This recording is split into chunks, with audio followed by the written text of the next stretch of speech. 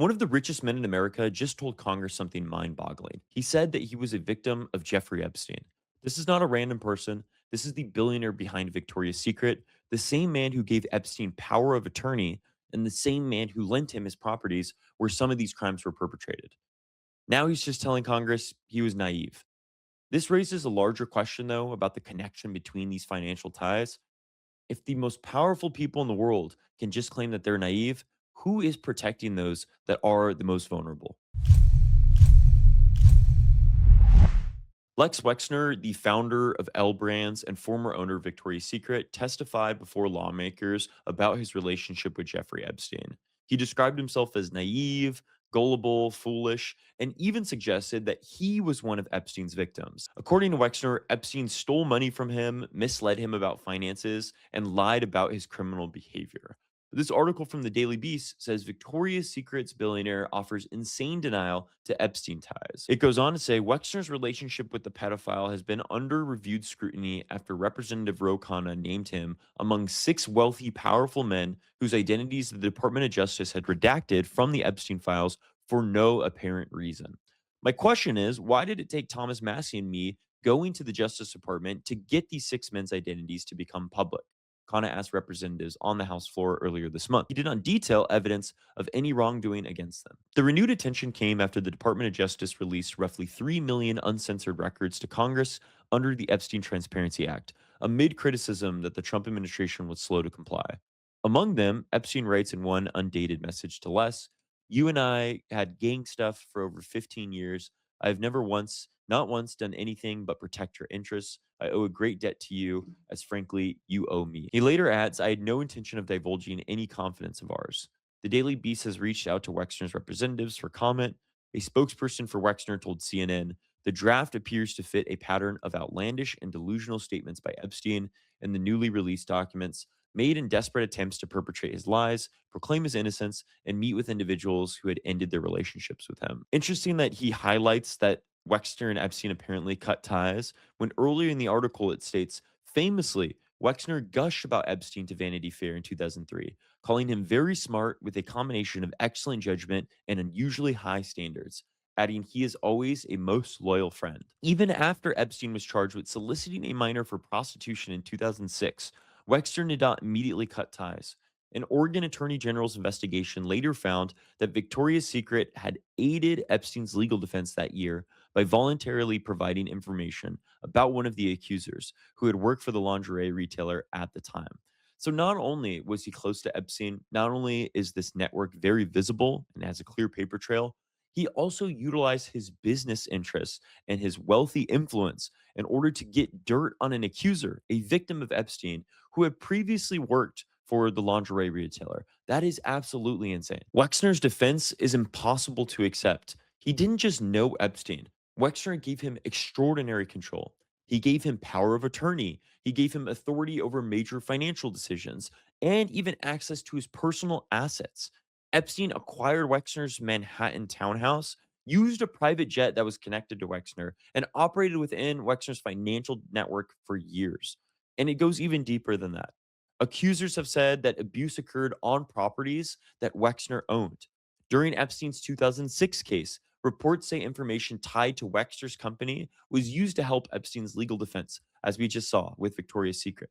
And so, when Wexner tells Congress that he never saw warning signs that Epstein was a bad person, lawmakers and the public are asking, how much power did Epstein really have and who allowed him to have that power? After the hearing, Democrats said that the testimony shows how Epstein embedded himself inside elite financial networks and how little scrutiny those relationships faced for years.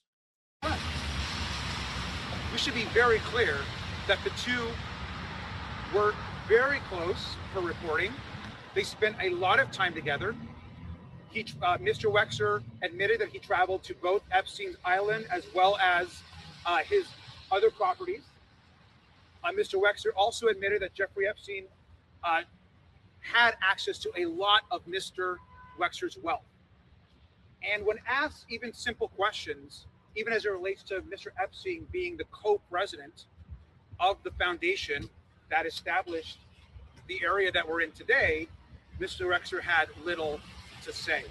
In fact, it's clear that Mr. Wexler is trying to downplay how close Jeffrey Epstein and Mr. Wexler actually were. And we should be very clear that there would be no Epstein Island, there would be no Epstein plane, there would be no money to traffic women and girls. Mr. Epstein would not be the wealthy man he was without the support of Les Wexner.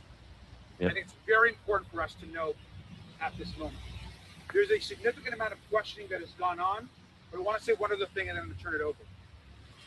We are committed to ending this cover-up. Right now, as we speak, over 50% of the Epstein files have not been released to the public and to the Congress. Donald Trump and Pam Bondi are leading a White House cover-up to protect billionaire, wealthy benefactors, whether it's Mr. Wexner, whether it's anybody else. And that has to end now, which is why we're here and why we're willing to go anywhere and just speak to anyone with information about Jeffrey Epstein's horrific crimes. So we have a lot of questions for Mr. Wexner, and we look forward to sharing those with all of you as well today. So with that, let me turn this over to Congress. The story is not atypical. Wexner's defense is something that we have seen again and again in the Epstein scandal. Rich billionaires, people with large amounts of influence who control the levers of our society, are saying, I was just a naive billionaire. I didn't know better. I'm sorry. I'm just a wee little rich person. Powerful people claiming that they didn't know, they were misled, and they had no idea what was happening. But Epstein did not operate alone. We know that. He utilized his influence in order to get uber connected. He utilized his influence to skirt the law and do things in secrecy. He relied on wealthy interests, social access, institutional protection, and the assumption that the powerful people would not be questioned. And years later, survivors are still asking the same thing. Who knew and who allowed this to continue operating? While people like Wexner and other Americans have avoided consequences by skirting the law, the story is moving things internationally. This article from Mediaite shows that breaking news: Andrew Mountbatten Windsor arrested in the Jeffrey Epstein probe. According to these reports, a member of the British royal family has been arrested as part of ongoing investigations into the Epstein network. The arrest comes after the Department of Justice released millions of documents relating to the disgraced financier, thrusting Mountbatten Windsor's past associations back into the spotlight.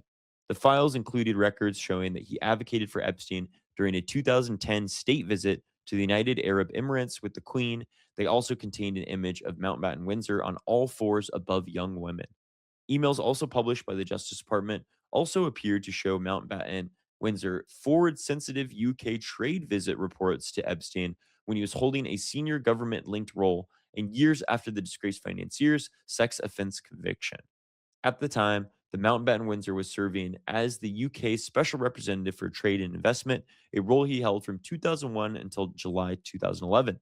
The post involved promoting British commercial interests overseas, meeting foreign officials and business leaders, and acting as a roving ambassador for the UK trade. When are we going to start to see even a sliver of this accountability in the United States? It is so much more pervasive amongst our wealthy elite.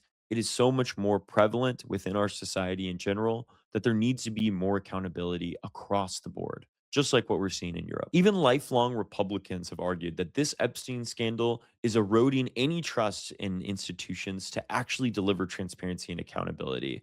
Joe Scarborough blasts this lack of consequences, arguing that the Epstein case has become a symbol of something much larger, a system where wealth and political power seem to insulate people from any consequences. Let's hear what he had to say.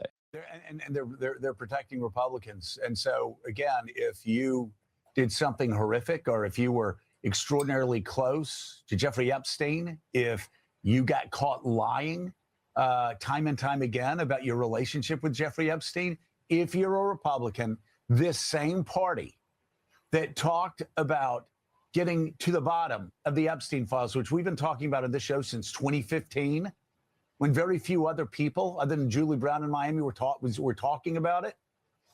Yeah. Now, if you're a Republican, you're off the hook. In fact, Comer and his committee doesn't even care about the man who started this hellscape.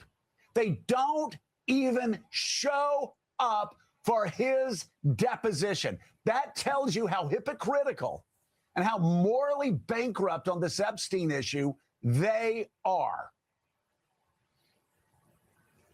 All across the world, gravity still holds, moral gravity still holds in government. You know, J.D. Vance always looking down the end of his little nose at Europe. Well, at least they have shame in Europe. If somebody was hanging out with Jeffrey Epstein, there are consequences. No consequences here.